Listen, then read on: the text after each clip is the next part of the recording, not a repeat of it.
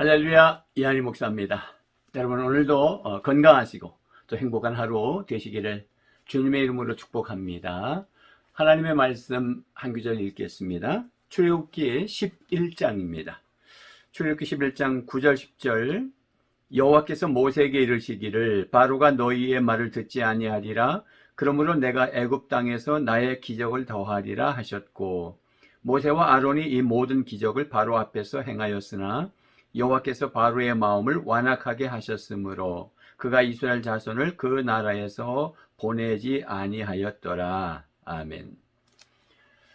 출애굽기를 알면 인생이 보인다 라는 시간을 우리가 보내고 있습니다. 여러분 인내하시면서 잘 따라오시고 계시죠?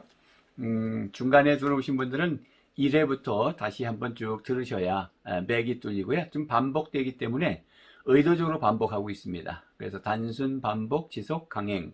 그럴 때 우리의 머릿속에 사상이 생겨요. 가치관이 변화되고 생각, 관점이 바뀝니다. 그래서 구속사를 알면 우리의 인생의 목적도 알죠. 그런데 이제 출애굽기를 통해서 우리가 구속의 역사, 하나님이 어떻게 우리를 경영해 가시는지를 보게 됩니다. 그래서 우리의 삶의 현장, 가정, 교회, 사회. 사회는 이제 직장과 학교, 사업터, 그렇죠? 그 영역에서 우리가 어떤 비전을 가지고 살 건가를 답을 얻는 그런 것이 바로 출애굽기입니다. 출애굽기를 알면 구속사가 다 이해가 되고 또 다른 성경을 볼 때에도 그런 관점에서 보게 되는 그런 유익한 점이 있습니다. 자, 오늘은 어떤 관점에서 말씀을 보느냐면 출애굽기 11장이니까 출애굽기 1장, 2장 보고 듣고 알고 그 다음에 3장에서 11장까지가 내려가서 12장이 건져내고 13장에서 24장까지가 인도하여 25장에서 40장이 데려가려 하노라. 그래서 출애굽기 1장에서 40장까지를 이렇게 출애굽기 3장 7절 8절에 나오는 7가지 단어 동사를 통해서 이렇게 물리적으로 좀 표면적으로 펼쳐서 보았습니다. 보고 있습니다. 그래서 이제 오늘 출애굽기 11장이니까 내려가서 하나님이 내려오시는데 이스라엘 백성들이 고난당하는 것을 보고 듣고 알고 하나님의 언약을 기억하시고 이제 실행하시기 위해서 내려오시는데 모세를 통해서 오신다. 사람을 통해서 구속의 역사가 이루어진다. 저와 여러분을 통해서 하나님의 구속사가 이루어질 것이다. 이런 관점으로 성경을 보시면 되겠습니다. 그래서 출애굽기 11장의 위치는 아직 출애굽기 12장이 건져낸다. 어린 양의 피를 문설주에 발라서 마지막 10번째 재앙이 이제 이집트의 장자들이 죽죠. 물론 동물의 장자도 첫 것도 다 죽습니다. 그것이 12장이 나오고 11장은 이제 마지막 9가지 재앙까지 끝났는데 이 바로 왕이 강팍하게 됐다. 근데 하나님이 강팍하게 하셨다는 말과 또 바로가 스스로 강팍했다는 말이 두 말이 이렇게 성경에 쭉 같이 교대로 나와요. 그래서 하나님이 강팍하게 했다는 것은 구속사가 하나님의 주권 안에 있다는 것이고 또 모세가 스스로 강팍해졌다고 하는 것은 그대로 내버려 두셔서 하나님은 악을 선으로 어떤 일을 이루어 나가시는데 사용한다라는 것을 볼 수가 있습니다. 그래서 오늘 말씀은 이런 주제로 고난도 아름답습니다. 고난도 아름답다. 고난이 유익이다. 이런 표현을 하죠.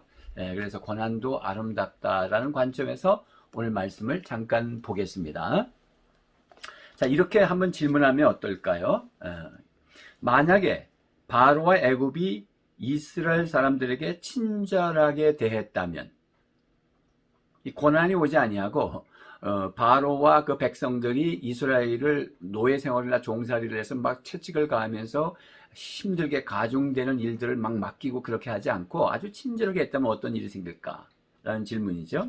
또 애굽이 이스라엘이 죽겠다고 한 번만 봐달라고 부르짖었을 때에 봐줬다면 어떻게 됐을까? 또 뭐 그들이 착취하지 않았다면 어떻게 됐을까? 또 바로의 군대가 추격해 오지 않았다면 나오긴 왔는데 이스라엘 백성들이 출애굽해서 나오긴 나왔는데 추격하지 않았다면 또 방향이 홍해가 아니라 다른 방향을 갈 수도 있었겠죠. 뭐 어쨌든 그런 가상적 질문이에요. 그러니까 필연적 고난이 필연적이었다라는 것을 뒤집어서 생각할 수가 있는 것입니다. 그래서 이스라엘이 당했던 고난이 전부 출애굽 사건을 돕고 있었다는 거죠. 그래서 친절하게 대하지 않았고 또 한 번만 봐달라고 뭐 그렇게 하지는 않았겠지만 어쨌든 봐주지 않았고요. 그리고 착취를 했고요. 그리고 추격해 왔잖아요.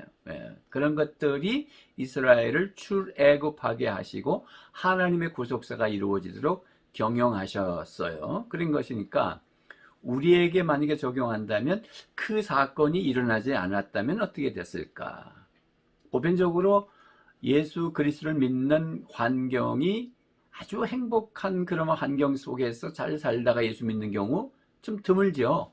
다 고난을 통해서 주님을 붙잡게 되죠. 그래서 그 고난이 없었다면 내가 예수님을 믿지 못했을 것이다. 이렇게 결론이 나오지 않겠어요? 그러면 이제 거꾸로 말하면 그 고난 때문에 내가 예수님을 믿었고 세상이라는 곳에서 출애굽할 수 있었다라는 것이죠. 그래서 고난은 유익하다. 이런 결론을 오늘 말씀 그 말씀을 이제 좀 조금씩 좀 깊이 들어가면서 보겠습니다. 만약에 이제 이스라엘 백성들이 지금 200만 정도가 쏟아져 나오잖아요.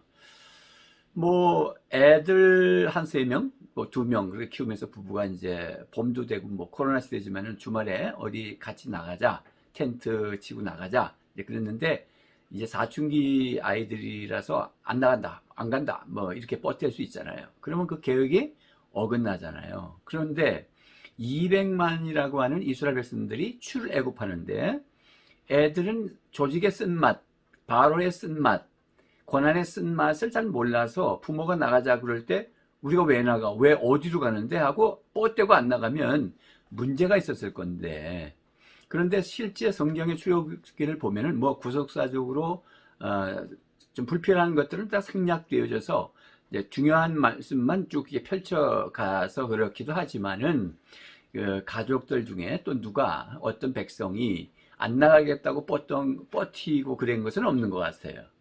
그래서 다 나갈 수밖에 없었다는 거죠. 어떤 가족도 어떤 한 명도 어떤 무리가 절대로 못 나가겠다, 안 나가겠다 그러진 못했다는 거죠. 그래서 뭐냐면 애굽 생활이 그만큼 지긋지긋했다는 거죠. 그 지긋지긋한 게 잘 된 거죠. 지긋지긋했기 때문에 나갈 수 있었던 거예요. 가다가 죽더라도 나간다. 이 정도 돼야 되는 거죠. 가끔 뭐 그런 얘기 있잖아요. 우리 이제 전세나 달세로 사시는 분들 주인이 너무 갑질을 하고 너무 힘들게 해요. 그래서 어떤 마음을 갖죠? 내가 목숨 걸고 돈 모아서 내 집 살이라. 그래서 악한 주인 만나면 집 산다. 뭐 그런 말이 있잖아요. 좋게 해석한 거죠. 모두가 다 그렇게 적용하면 얼마나 좋겠어요. 그런데 비관하고 또 극단적인 행동을 하는 분들도 계시잖아요. 그러나 고난이 왔을 때 오히려 내가 이것을 벗어나리라. 배고픔을 아는 사람들은 내가 돈을 많이 벌어서 실컷 먹으리라. 먹으려다가 돈 벌었다. 뭐 이런 간증들이 있어요. 그래서 나중에 이제 눈을 뜨고 그 물질이 사람 살리는 대로 흘러가도록 하는 그런 일이 생기죠. 그래서 그런 관점에서 고난도 아름답다. 그러니까 하나님께서 그 모든 환경을 배려하신 것이죠. 안 떠나면 안 되도록, 떠날 수밖에 없도록 그 기막힌 사연들, 여러분 그런 기막힌 사연이 있었을 때 우리를 그쪽으로 몰아놓고 하나님께서 힘들게 하고 기도할 수밖에 없도록 만드시는 하나님, 그 하나님을 만나야 되죠. 그래서 우리가 막 양발 다 들고 하나님 천지의 의지 없어서 천부의 의지 없어서 주님 앞에 나옵니다. 두 손 들고 나옵니다. 눈물 흘리면서 나올 수밖에 없도록 그렇게 배워라는 것, 그것이 하나님께서 하시는 사실은 축복이죠. 은총이죠. 그래서 고난도 아름답다라는 말을 쓰는 겁니다. 그러니까 400년이나 죽도록 충성했는데 우리를 그렇게 대할 수 있느냐. 잘 친절하게 대해주지 않은 것에 대해서 불평하고 그런데 친절하게 대해줬다면 안 나왔을 건데 400년이나 충성하고 대대로 우리 시족이 그냥 한 세대가 죽고 또 다음 세대가 또 살고 할 때 대대로 노예생활을 하면서 충성을 다했는데 이럴 수가 있나? 다른 사람은 다 몰라도 그 사람이 배신할 수 있나? 라는 질문에 그들은 배신했고, 그죠? 애굽이 배신한 거지, 사실은. 잘해주는데 채찍을 더 가했고, 모지게 구른 거죠. 아들을 낳으면 나경에 막 빠뜨려 죽이기도 하고 말이죠. 이렇게 할 수 있느냐. 그래서 그런 고난이 출애굽할 수밖에 없도록. 그래서 그 환경이 예수님을 믿도록, 또 예수님을 영접하도록, 또 신앙생활 열심히 하도록, 또 기도생활 잘하고 목숨 걸고 기도할 수 있도록. 그래서 그 당시에는 인간적으로 당할 때 그 사람이 너무 힘고 밉고 하지만 돌이켜보니까 아하, 그 사람이 나를 살렸네. 예? 그 환경이 나를 살렸구나. 그래서 구속사적인 관점에서는 딱 감사한 것 뿐이겠죠. 너무 감사하다. 모진 세상, 모진 사람, 힘들게 했던 사람이 원수만이 아니었구나. 나를 살리는 것이었구나. 그래서 오늘 어려움도 그런 관점에서 보시면 좋겠어요. 구속사적인 관점에서 섭리적으로 보는 거죠. 우리 잘 알듯이 요셉, 구약의 요셉 말하는 거예요. 야곱의 11번째 아들. 요셉이 이제 형들에 의해서 이집트로 팔려가고 역사적으로. 그래서 이제 나중에 총리가 되고, 그래서 아버지 가족 70여 명을 고센 땅에 모시고 430년 세월이 흐르는 바람에 이렇게 지금 다시 200만이 인구가 늘어서 출애굽하고 있는 것이 출애굽기잖아요. 근데 이제 그 요셉이 형들을 이제 만나는 장면에서 말씀을 여러분 다 잘 아시죠? 창세기 45장이나 이런 말씀에 보면은 형을 처음 만났을 때 형들이 막 두려워서 떨었죠. 왜냐하면 팔아먹었는데 총리가 돼 있잖아요. 그 요셉이 알지요. 형들의 얼굴을 보거나 경직되거나 그 두려워하는 모습을 알고 요셉이 한 말이 뭐예요? 형님들 두려워하지 마소서, 놀라지 마소서. 형님들이 나를 팔아먹어서 내가 애굽에 온 것이 아니라 하나님, 우리 아버지 하나님께서 우리 가족을 먹여 살리라고 나를 앞서 보내셨습니다. 이렇게 답변한다고. 얼마나 멋있어요. 나 이 말씀이 너무 좋아요. 에? 형님들은 날 팔아먹어서 여기 온 게 아니고 하나님이 우리 가족을, 가문을, 우리 백성을 먹여 살리라고 나를 앞서 보내셨다는 거야. 형님들 팔아서 내가 여기 노예 생활하고 힘들게 살아난 게 아니라는 거예요. 나중에 이제 아버지 야곱이 죽습니다. 이제 고난 땅에 와서 사시다가 나이가 들어서 이제 아들들 다 모아놓고 예언 축복 기도하고는 이제 떠나죠. 그래서 이제 죽습니다. 그리고 이제 장례를 다 지내고 이제 다시 돌아오죠. 고센 땅으로. 그때 형들이 아버지가 하지 않은 말을 해요. 요셉에게. 요셉아, 아버지가 돌아가시기 전에 우리에게 이런 말을 했어. 응? 그 말은 무슨 말이냐면 이제 아버지가 죽었으니까 아마 요셉이 우리를 해할 것이다. 원수 갚을 것이다. 보복할 것이다. 이런 생각을 하고 자기들끼리 꿈이었어요. 아버지가 돌아가시기 전에 내가 죽거든 요셉에게 말하거라. 요셉아, 다 형제들을 용서하고 잘 거두고 하거라. 그렇게 말했어. 라고 하니까 요셉이 눈물을 흘리면서 형님들 그런 말씀하지 마세요. 요셉이 아는 거예요. 거짓말이라는 거. 그런데 요셉이 또 다시 한번 다집니다. 형님들 두려워하지 마세요. 저는 형님들을 용서했어요. 형님들뿐만 아니라 형님들의 자식들까지, 종들까지 내가 다 먹여 살릴 겁니다. 그렇게 하기 위해서 하나님이 나를 앞서 보내신 겁니다. 염려하지 마십시오. 자, 보십시오. 요셉은 상처가 없었을까요? 힘들지 않았을까요? 엄청나게 노예 생활하고 인신매매 당했죠. 형님들에 의해서 고난당했단 말이에요. 애굽에 와서 처음에는 처음부터 총리가 된 거 아니잖아요. 감옥에도 들어가고 얼마나 고난을 당했습니까? 십몇 년 동안. 그런데 구속사적인 관점에서 자기 환경을 해석할 수 있는 능력이 있었어요. 하나님의 무슨 뜻이 있을 거야 라고 본 겁니다. 그러니까 우리 성도님들도 지금 어려울 때 그냥 그 어려움의 현장에서 바로 그냥 그 직면에서 내가 감정이 흐르는 대로 막 마음을 쓰고 생각을 걷다게 두고 욕을 하고 원망하고 불평하지 말고 하나님이 무슨 뜻이 있을 거야 라는 관점으로 보고 해석해서 감사로 승화시킬 수 있으면 하나님이 기뻐하시는 놀라운 일들이 일어날 것이에요. 그것이 오늘 우리가 배우는 겁니다. 그러니까 바로가 강팍하게 하고 430년 동안 노예 생활을 하고 더 급기야는 아이들이 죽으면서까지 엄청난 힘든 일들이 계속 일어나는, 그래서 하나님의 때가 무르익어가는, 그게 하나님이 하시는 거라는 거죠. 고난도 그래서 아름다운 거예요. 고난도 은총이에요. 고난이 축복이에요. 그런 관점에서 그런 말씀을 하는 거죠.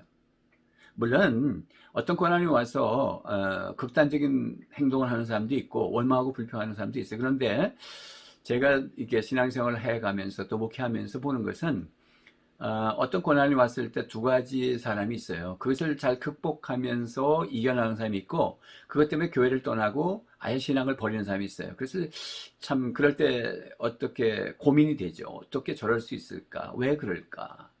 근데 제가 스스로 결론을 내려볼 때에, 아, 예수 그리스도를 믿어서 거듭난 사람은, 정말 하나님의 자녀가 된 사람은 어떤 고난이 왔을 때 그것을 승화시키고 감사를 여기면서 기도하면서, 또 다른 기도의 동력자들과 뜻을 같이 하고, 또 목사님에게 또 기도 부탁도 해가면서 이겨나가요. 그러나 거듭나지 못한 사람은 떠나요. 그런 걸 발견했어요. 그러니까 여러분들도 지금 다 포기하고 싶다 그러면 내가 거듭나지 않았는가 이렇게 질문해 보셔야 됩니다. 거듭나신 분은 물론 처음에는 또 스쳐가는 생각에 죽고 싶은 생각도 할 수도 있고, 다 포기하고, 뭐 베드로도 다 탱겨치고 예수님 십자가 지고 나니까 제자들 7명하고 갈릴리 바다에 물고기 잡으러 가잖아요. 그잖아요. 다른 짓 하러 간 거잖아요. 선교하러 간 게 아니었잖아요. 예수님 십자가 지시고 죽으시고 흩어졌을 때 말이죠. 그러니까 잠시 격기를 갈 수 있어요. 그걸 뭐 무조건 거듭나지 않았다 이렇게 판단하는 건 아니에요. 근데 끝까지 안 돌아오잖아요. 그러면 문제가 있는 거예요. 어쨌든 고난을 감사를 여기고 무슨 뜻이 있을 거야. 그래서 그 고난이 유익하도록 믿음으로 기도하고, 이 고난을 이길 수 있는 방법은 하나님이 능력 주셔야 되니까 기도해야 되죠. 그래서 감당할 수 있도록.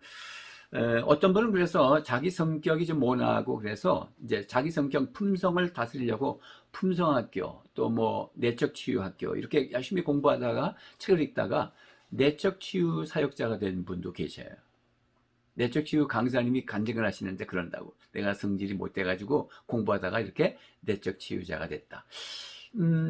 아예 처음서부터 온실 안에서 조용히 아주 그런 인성과 품성이 되어 있는 사람은 내적 치유 사역자가 되기가 어려워요. 왜냐면 간증이 없잖아요. 그렇잖아요. 그러니까 고난이 많다는 건 간증이 많거든요. 그것이 승화됐을 때 얘기하는 거예요. 그래서 간증이 많은 사람은 다른 사람을 많이 살릴 수 있어요. 뭐 부부간에 이혼의 위기가 있고 아주 힘든 그런 부부 생활을 하는 사람들도 있잖아요. 그래서 가정사역에 대해서 눈을 뜨게 되고, 가서 배우게 되고, 그래서 부부가 가서 상담도 하고 부부 학교를 하기도 하고 같이 공부하고 뭐 이러다가 이제 회복이 됐어요. 그랬는데 가정사역자가 되잖아요. 제가 이게 유튜브로 성함을 대면 너무 잘 아시는 가정사역자 도 계신데, 그분 부부들도 이혼의 위기가 있었지만은 극복하고 지금은 한국에서 영향을 미치시는 가정사역자로 엄청난 일을 하고 계신 분 계시거든요.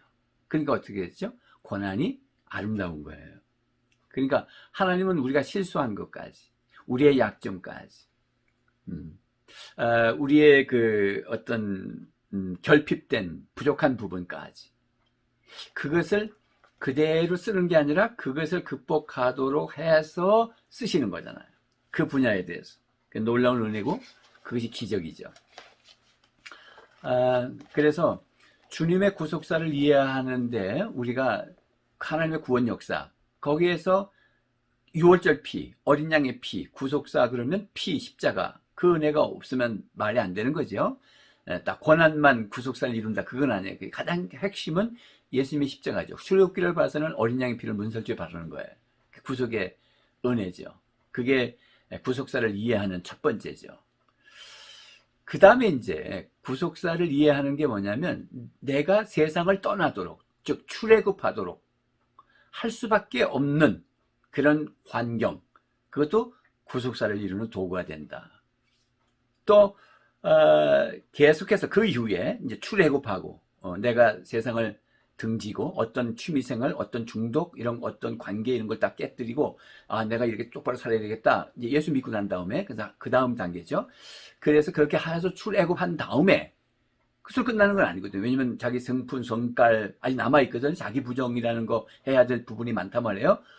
폭폭 나오는 거잖아요. 막 막말하거나 행동을 함부로 하거나. 이제 출애굽을 했는데, 그래서 이제 날마다 자기 부인을 경험하기 위해서 주님께서 적재적소에 배신자도, 힘들게 하는 사람, 또 실패를 경험하도록 펼쳐놓으신 거예요. 자기 부정을 그것도 구속사에 쓰임받는 것이다. 지금 우리는 여기에 다 있잖아요.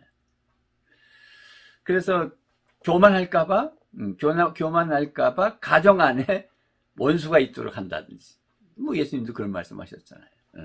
복음이 들어가는 가정 안에 원수가 있을 수도 있다. 부부가 있는데 아내가 먼저 믿는데 남편이 힘들게 하는 경우, 남편이 믿는데 아내가 힘들게 하는 경우, 지금 그런 경우야 원수가 가정 안에 있다. 그게 자기를 부정하기 위한 훈련의 장소로 펼쳐주신 거죠. 자, 그래서 우리는 그런 관점에서 고난도 아름답다.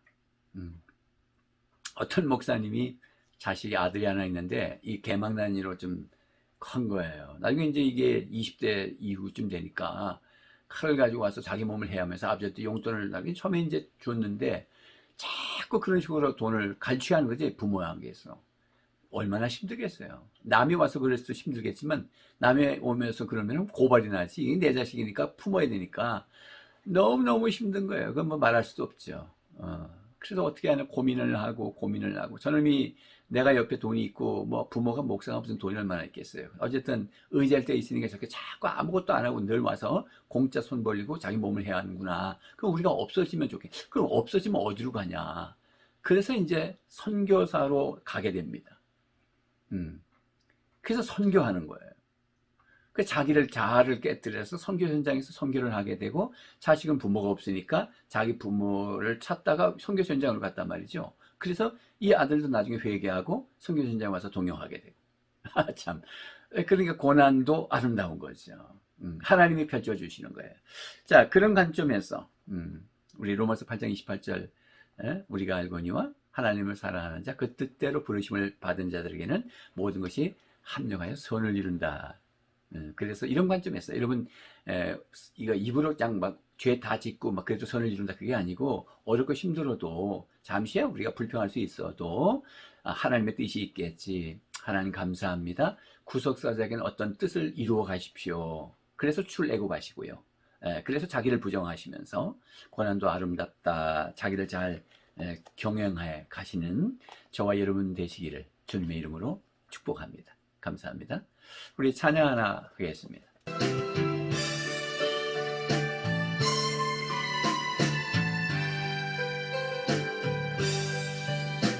그 길고 긴 방황의 늪을 지나 다시 주님 품에 안겼네.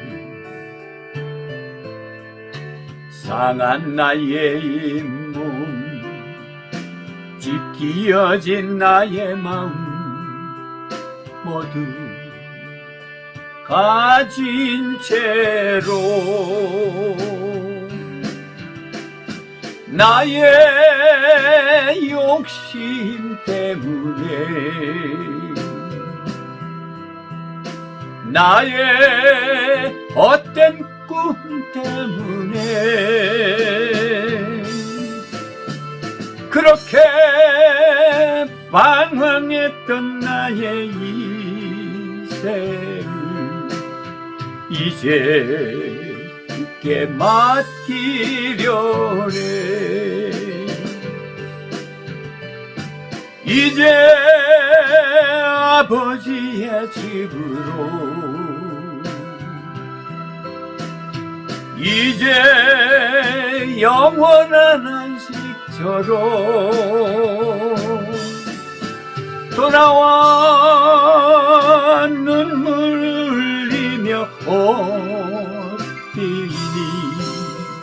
오 주여 나를 받으소서.